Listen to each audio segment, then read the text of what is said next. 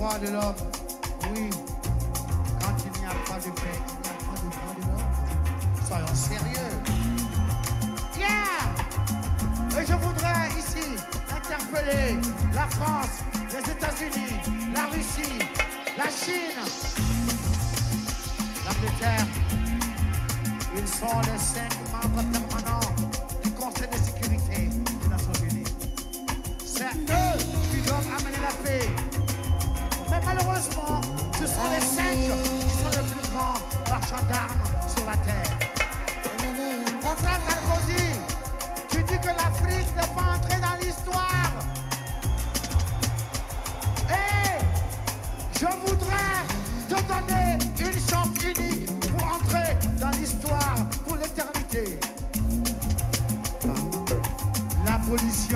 L'abolition de la guerre sur la terre. Yeah! Abolir la guerre! Madame Fatou Bensouda, alors, quelle analyse faites-vous de cet appel? Bon, merci une fois de plus. Le feuilleton de ce procès de Laurent Gbagbo et de son ministre se déroule depuis un bon moment. C'était une joie partagée, partagée quand on avait appris la décision d'acquitter le président Laurent Gbagbo et son ministre.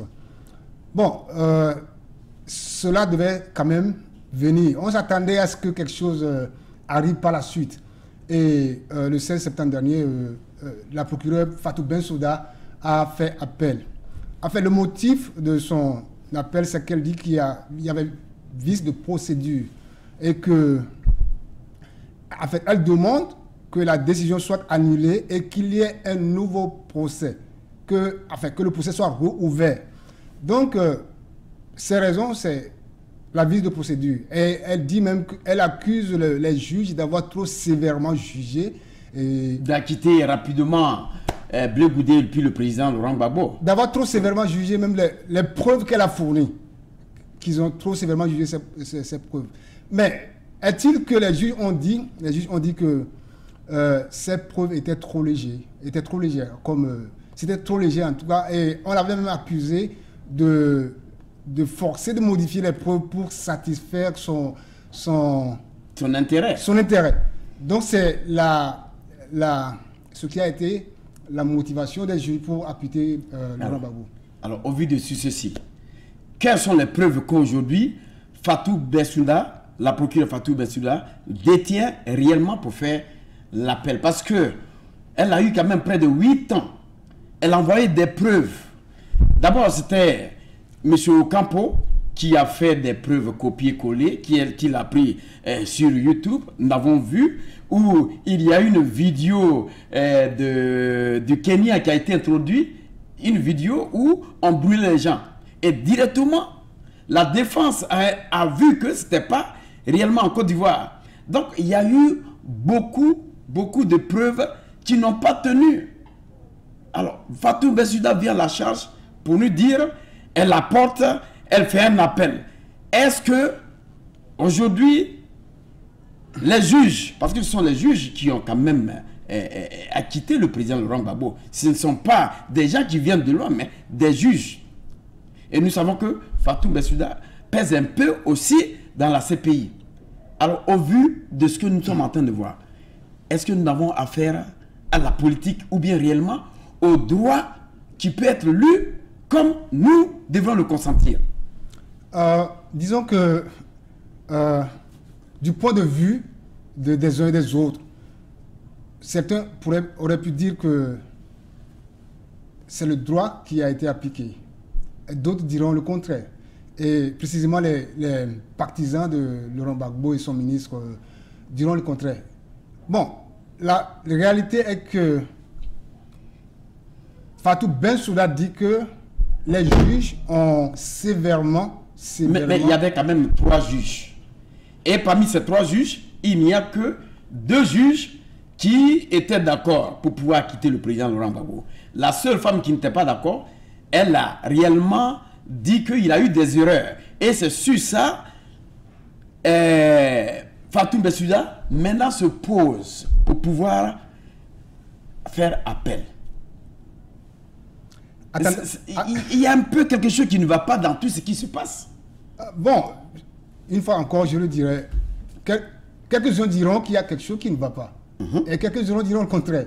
Mais attendons de voir la suite. Est-il que Fatou Bensouda a dit que ses preuves ont été jugées trop sévèrement? Peut-être qu'elle a d'autres facettes de ces preuves à fournir. Attendons de voir la suite. Et il y a une précision que je voudrais faire. L'avocat principal de Laurent Gbagbo, Emmanuel Artit. Emmanuel Artit, oui. Maître Emmanuel Artit a dit qu'il prévoyait, il a déjà prévu cet appel de Fatou Bensouda. Ça veut dire que la défense de Laurent Gbagbo s'est préparée pour cette éventualité. Donc, attendons de voir la suite. Oui, mais ça fait quand même longtemps. On donne au moins ces 3 jours, des mois et des mois à Fatou Bensouda. Elle n'arrive pas à faire appel. Après, on lui a donné 3 jours. Les 3 jours sont passés et Fatou Bensouda toujours n'est pas sorti. On lui a encore donné 3 jours. Fatou Bensouda n'a pas été capable. Maintenant, elle vient avec ces 3 jours pour pouvoir donner et faire l'appel. Est-ce que nous pouvons dire ici que la CPI aussi est complice dans tout ce qui se passe? C'est possible, mais d'un point de vue objectif, essayons d'analyser les faits tels qu'ils se présentent. Donc, je le dirai encore une fois de plus que les uns et les autres diront, afficheront des positions opposées. Mais attendons de voir la suite.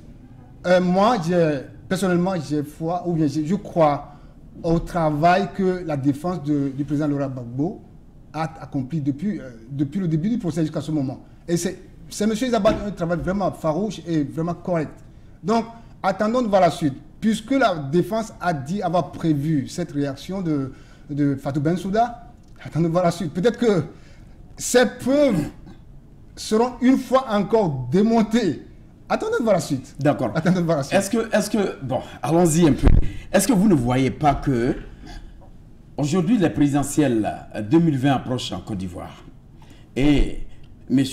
Ouattara, de son côté, a vu que M. Bédié, M. Soreguiom et M. Gbagbo ont fait une alliance contre le régime de M. Ouattara. Est-ce que vous ne voyez pas que M.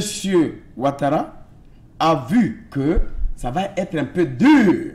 Donc, il fallait accepter une certaine, je ne peux pas appeler ça manigance, mais il fallait s'appuyer sur quelque chose pour retarder un peu aujourd'hui, et que ce soit M. Gbagbo Laurent, que ce soit M. Bleu Goudin, parce que quand ils vont arriver en Côte d'Ivoire, vous allez voir qu'il y aura ce qu'on appelle une population. Donc, les 2020 même, peut-être qu'on n'aura même pas le temps de regarder réellement le camp Ouattara. Donc, au vu de ceci, est-ce que nous pouvons dire que Fatou Bensouda a quand même fait preuve de la politique du régime en place pour faire son appel? Bon, nous ne sommes pas dans le secret de Dieu. Nous ne sommes pas dans le secret de Dieu pour dire cela. Ça peut être des spéculations. Et ce que nous dirons à ce propos ne serait que spéculation. Mais est-il de savoir que le jeu politique peut présenter toutes les facettes? Le jeu politique peut présenter toutes les facettes. Ce que vous venez de dire, faire comme développement, personnellement, je le pense. Mais ce n'est que si on dit quelque chose à propos, maintenant, ce serait que spéculation. Ce qu'on dit officiellement, c'est que Fatou Bensouda a dit que ses preuves ont été trop sévèrement jugées et qu'elle veut qu'un nouveau procès soit rouvert. On s'en arrête là. Mais s'il faut parler officieusement de ce que les uns et les autres penseraient, je penserais qu'il y a une main politique. Une main mise. Une main politique derrière ce nouveau rebondissement de l'affaire. Selon vous, quelle serait cette main politique dans la mesure où aujourd'hui, on nous dit que la CPI, qui est un tribunal international, quand même doit nous dire réellement, doit prononcer le droit. Mais aujourd'hui, nous avons l'impression que ce droit n'est pas totalement prononcé dans la mesure où les juges font l'acquittement et d'un moment à l'autre, d'abord même, il veut revenir sur ce problème de non-lieu. Au lieu de faire l'acquittement, pourquoi est-ce que les juges n'ont pas quand même prononcé le non-lieu qui ne donne plus droit à l'appel contre l'acquittement. Parce que dès qu'on fait l'acquittement, ça veut dire que celui qui te conforte, celui qui est là pour te dire que c'est moi qui t'envoie à la cour pénale, c'est cette personne, elle va toujours faire l'appel. Alors selon vous, pourquoi est-ce que les juges n'ont pas prononcé par exemple le non-lieu et puis directement ils font l'appel? C'est la grande question. C'est la grande question qui se pose. C'est la grande question que tout le monde se pose. C'est la grande question. Est-ce qu'il faut aller dans le sens de ceux qui disent qu'il y a une main politique derrière cette décision? Ce serait toujours des spéculations. Des spéculations. Mais accordons à la CPI le bénéfice du doute. Accordons-leur le bénéfice du doute et attendons qu'ils aillent jusqu'au bout de ce qu'ils veulent faire. Et comme ça, on aura matière à déclaration, matière à spéculer, à prouver les intentions des uns et des autres. Comme je l'ai dit au départ, la CPI, Fatou Bensouda a fait appel, les juges vont recevoir son appel, examiner son appel, ça va prendre jusqu'à, par exemple, 90 jours. Après l'examination, ils vont donner si c'est recevable ou bien irrecevable. D'abord, au cas où ça serait recevable, qu'est-ce qui va se passer? Au cas où ça serait irrecevable, alors quelle décision on attend?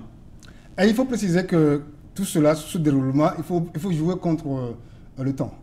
Il faut tenir compte du temps. Oui, ça c'est vrai. Il faut tenir compte du temps. Et nous parlons des élections de 2020 en Côte d'Ivoire. Donc il faut retarder. Ça suppose que beaucoup d'eau serait en train de couler sous le pont.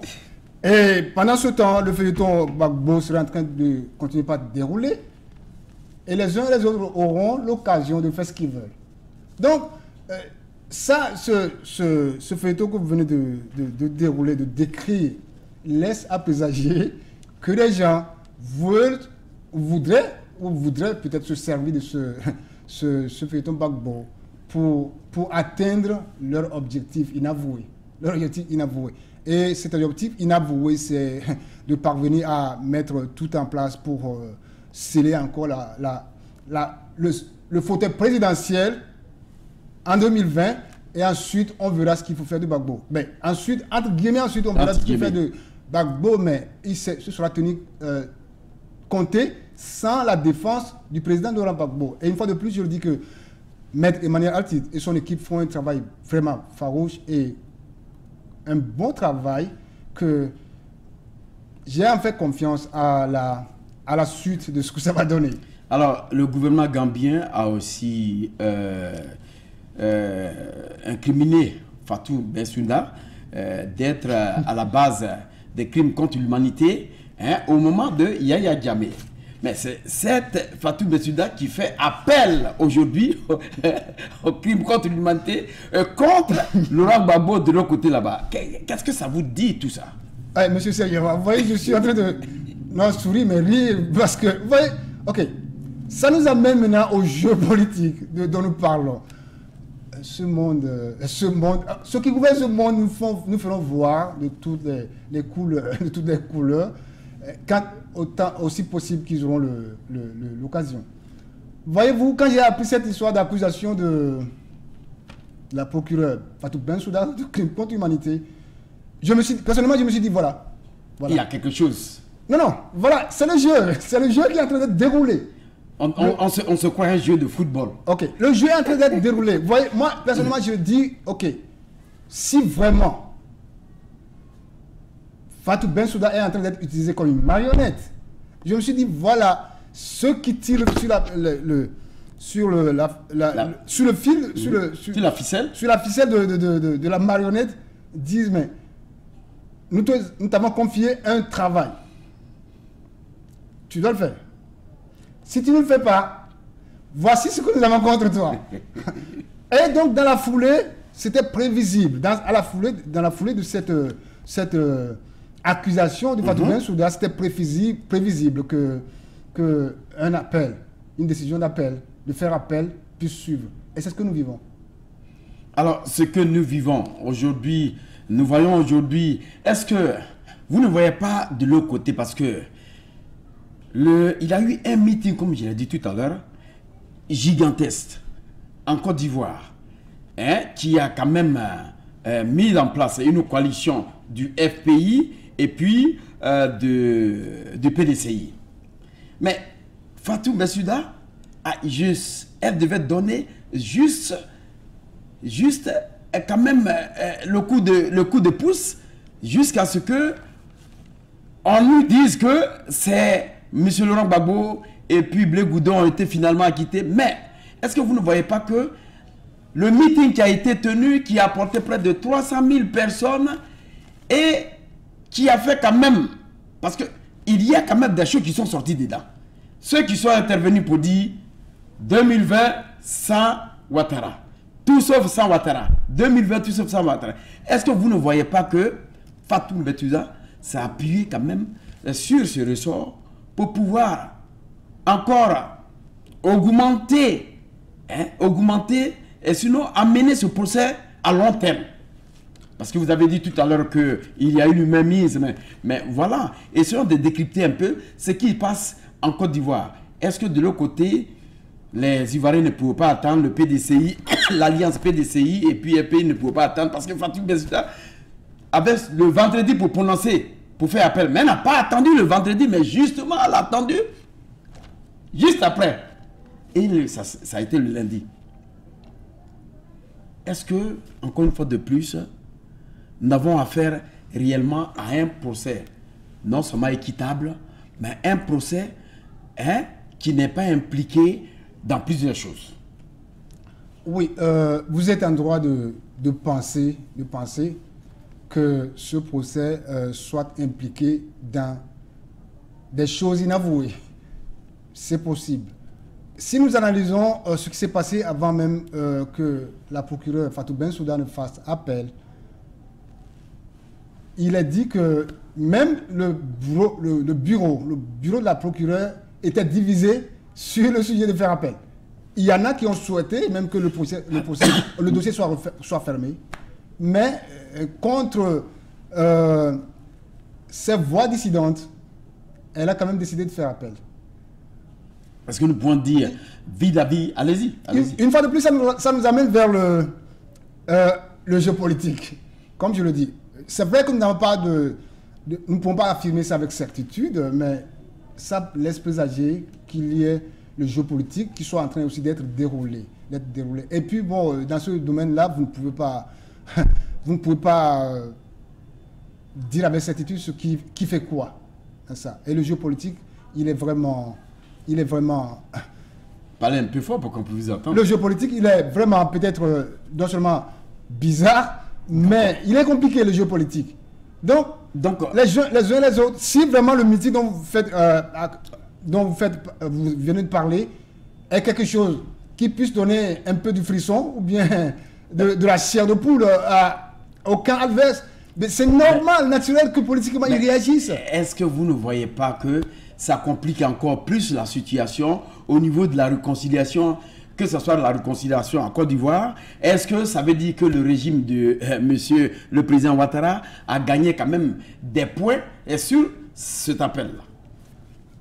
Non, je ne saurais dire que le régime Ouattara a gagné des points en ce moment. Une fois de plus, j'ai dit, attendons de voir. Dans la mesure où monsieur Gbagbo et Blé Goudé vont pas aller en Côte d'Ivoire. Ça veut dire que M. Ouattara peut quand même essayer d'accomplir sa mission vis-à-vis de ce que vous voyez, si ça doit être de l'extérieur ou bien réellement de la Côte d'Ivoire qui a besoin de cette réconciliation. Exactement, ça vient de... vous rejoignez ce que j'ai dit il y a pas longtemps. Les gens veulent l'occasion, veulent du temps pour accomplir ce qu'ils veulent accomplir. J'avais dit ça. Donc, s'il faut trouver un moyen pour retarder le retour de Laurent Gbagbo et son ministre en Côte d'Ivoire, ils vont s'offrir ces moyens-là.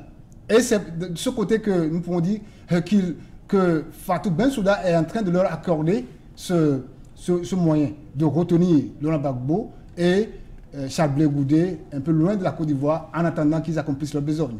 Alors, nous avons vu aussi les Ivoiriens qui manifestaient avant qu'on ne fasse cet acquittement Mais juste après l'acquittement du président Laurent Gbagbo et Blé Goudé, les Ivoiriens, les Africains n'ont plus continué à manifester. Et ça a fait un blocage.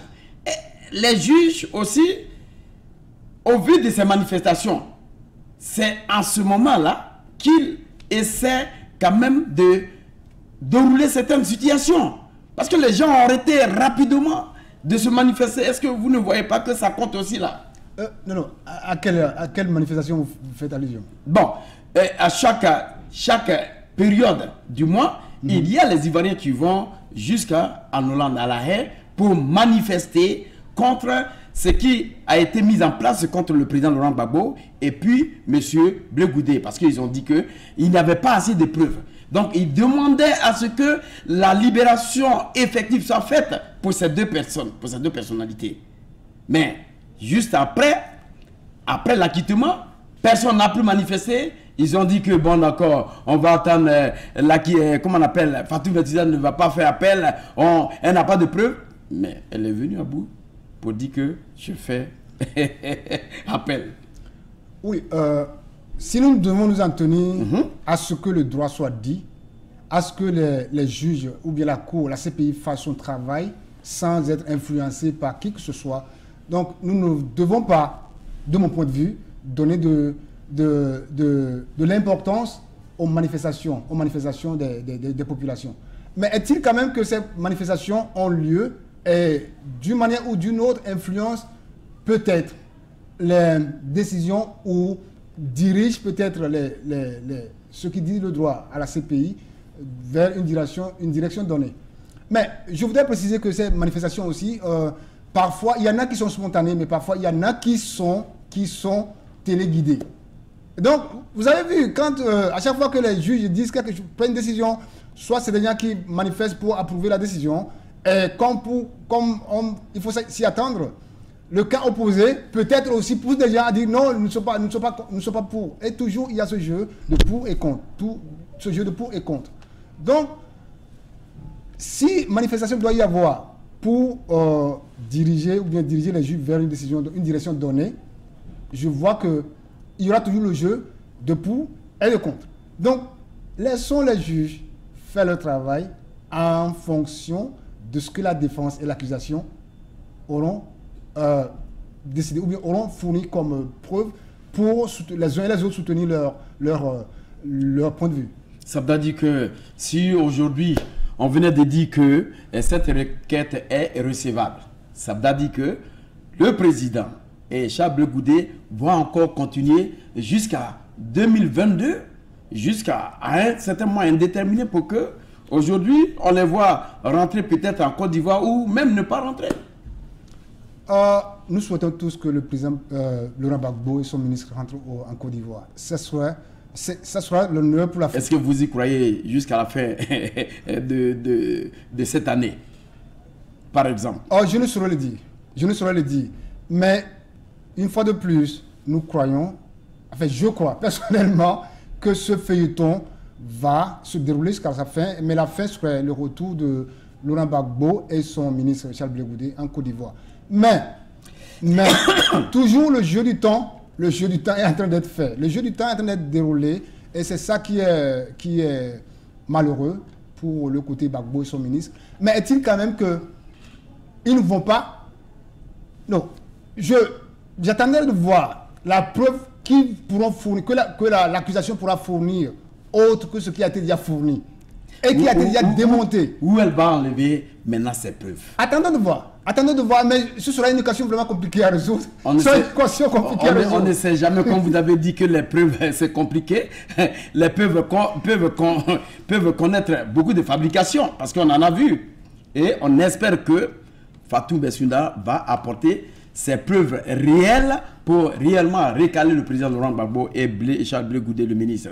Alors, si vous voulez donner des conseils aux Ivoiriens, avec tout ce qui se passe pour l'instant, quel est ce conseil?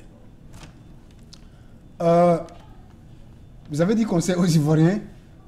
Franchement parler, je ne sais pas ce qu'il faut donner comme conseil aux Ivoiriens, mais il faudrait plutôt donner des conseils aux acteurs politiques de la Côte d'Ivoire. conseille aux acteurs politiques de la Côte d'Ivoire.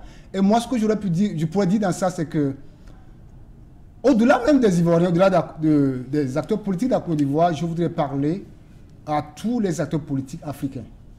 À tous les acteurs politiques africains. Il est temps que l'Africain se débarrasse de son caractère bizarre que nous affichons toujours devant le monde. Parlant de caractère bizarre, personnellement, je trouve vraiment bizarre ce rôle que la procureure Fatou Bensouda est en train de jouer.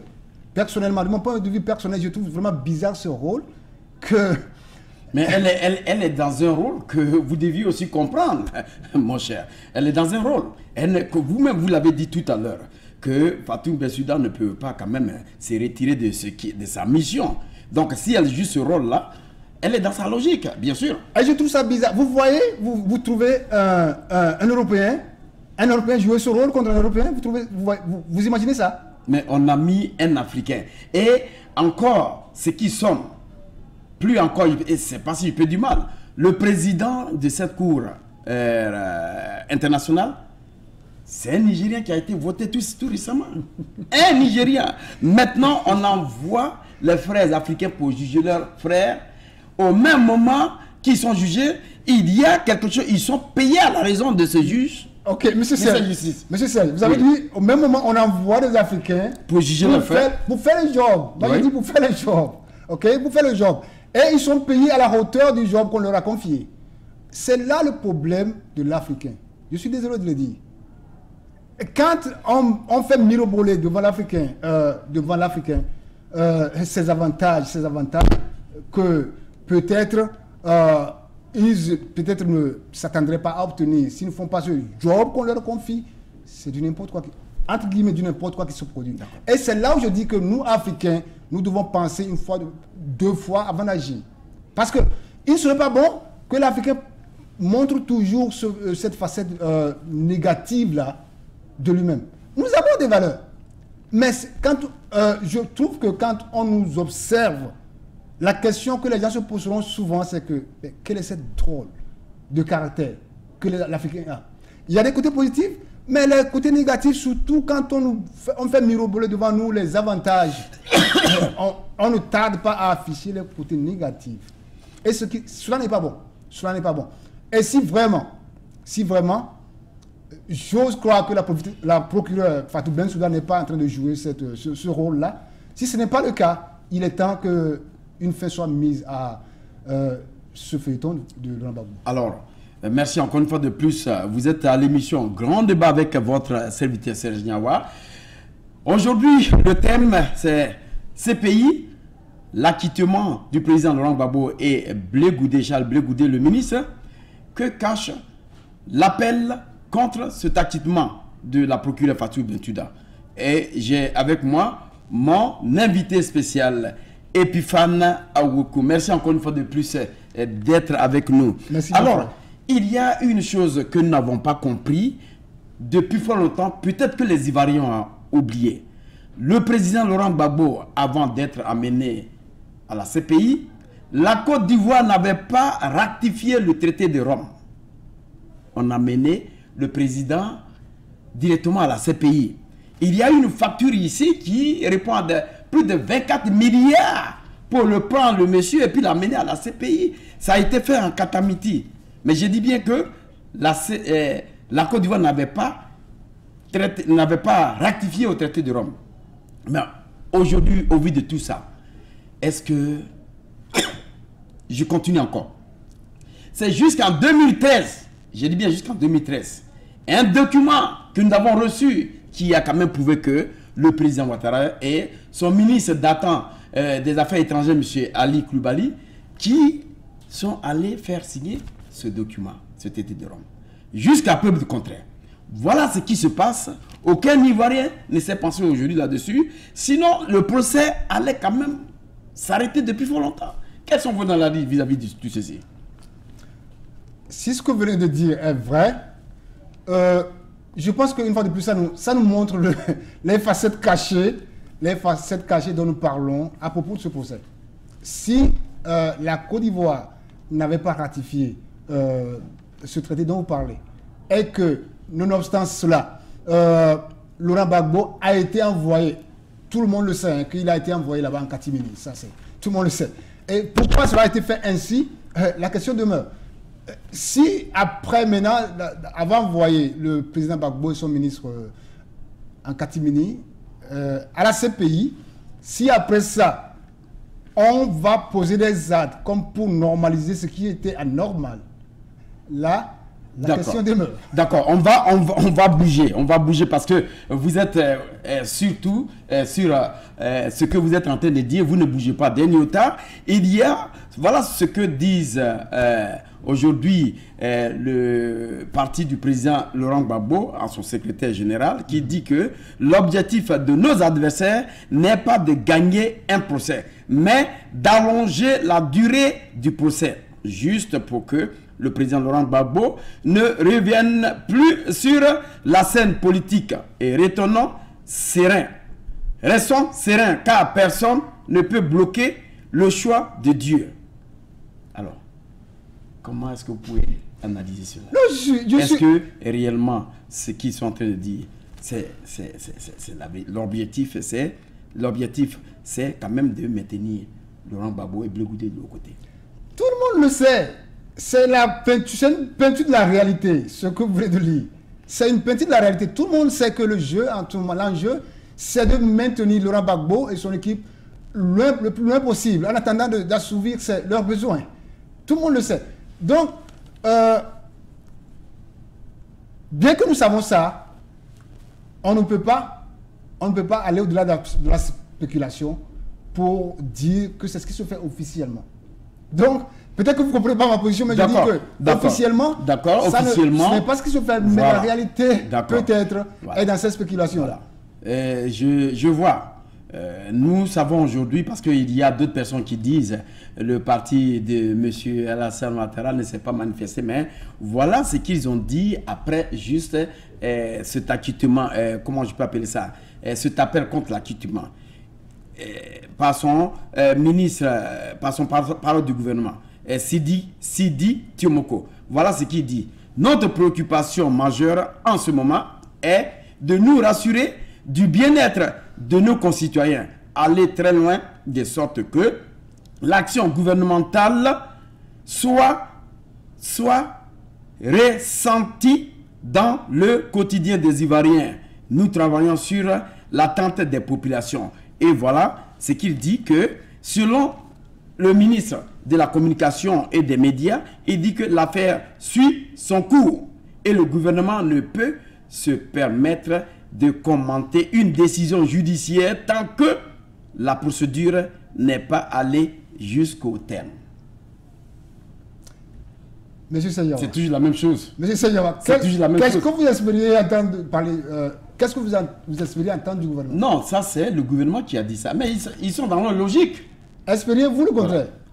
Ah non, mais ils sont dans leur logique, mais n'empêche exactement, ils sont dans leur logique. Voilà, ils sont dans leur logique. Et cela ne doit pas surprendre. Ils sont dans leur logique. Exactement. Alors, mesdames et messieurs, vous avez compris, il n'y a rien que nous pouvons faire. Nous allons attendre la Cour pénale internationale de pouvoir statuer sur aujourd'hui l'appel contre cet acquittement. Si, dans la mesure où cet appel est recevable, le président Laurent Gbagbo et le ministre Charles Blé Goudé vont donc continuer à rester là où ils sont jusqu'à ce que bon semble. Si ce procès, sinon cet appel est recevable, ça veut dire que juste avant la fin de l'année ou bien avant 2020, ils pourront peut-être rentrer en Côte d'Ivoire. Alors, mon cher ami, merci encore une fois de plus d'être avec nous. Votre mot de fin. Oui, mon mot de fin, c'est comme vous le... Nous sommes en septembre, nous sommes en septembre, presque à la fin de septembre. Avant, la fin de l'année, c'est dans 2 mois. Dans 2 mois, 3 mois. Donc, notre souhait, vraiment, c'est que ce feuilleton de la CPI impliquant Laurent Gbagbo et l'État ivoirien s'arrête. Après tout, M. Laurent Gbagbo était un ancien président de la Côte d'Ivoire. Et les présidents africains et l'Africain en général doivent savoir que ce jeu qui est en train de se dérouler n'honore pas l'Afrique. non pas l'Afrique. Et il faudrait qu'ils mettent un terme à cela et que le président Gbagbo et son ministre Charles Blé Goudé puissent rentrer en Côte d'Ivoire, Dieu voulant, avant la fin de cette année, ou quel que soit le cas, qu'ils rentrent quand même en Côte d'Ivoire. Merci encore une fois de plus pour votre contribution et aussi d'être avec nous pour ce grand débat. Ça a été quand même une discussion qui ne dit pas son nom. Et ce sont ces genres de discussions que nous voulons. Merci encore une fois de plus. Mais je ne vais pas terminer sans toutefois quand même donner le point de vue de Maître Jean Ballon, qui est aussi de la défense du président Laurent Gbagbo. Voilà ce qu'il dit. Il n'y a jamais eu un procès réel, l'accusation n'ayant jamais pu prouver que quoi que ce soit. Par ailleurs, l'arrestation du président Laurent Gbagbo fut dès le début illégitime et même illégal. C'est pas un combat juridique mais politique. La partie est déjà gagnée. Le seul but étant de maintenir Laurent Gbagbo hors du circuit le plus longtemps possible. Et la défense joue en continuant de parler uniquement du langage procédural. Fait le jeu de l'accusation. Le fait d'avoir fait appel à la dernière seconde, alors qu'il y avait des mois pour le faire, pour que c'est une tactique délibérée. Alors Gbagbo Laurent, même si la fin in fine, et comme il est dit, si in fine gagnera le procès et même si sa volonté reste inattaque, sera trop vieux ou trop usé pour pouvoir continuer à jouer un rôle politique du premier plan. Voilà ce qui se passe. Merci encore une fois de plus. Merci d'être avec nous pour ce grand débat.